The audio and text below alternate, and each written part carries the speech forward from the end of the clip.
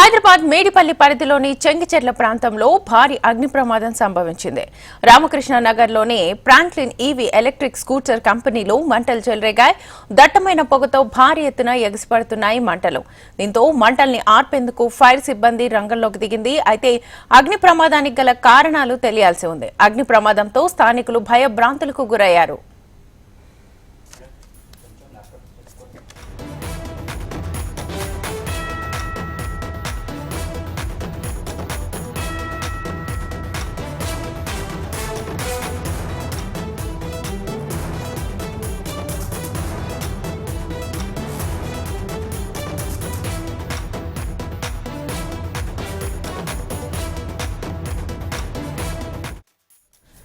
హైదరాబాద్ మేడిపల్లి పరిధిలోని చెంగిచెర్ల ప్రాంతంలో భారీ అగ్ని ప్రమాదం సంభవించింది.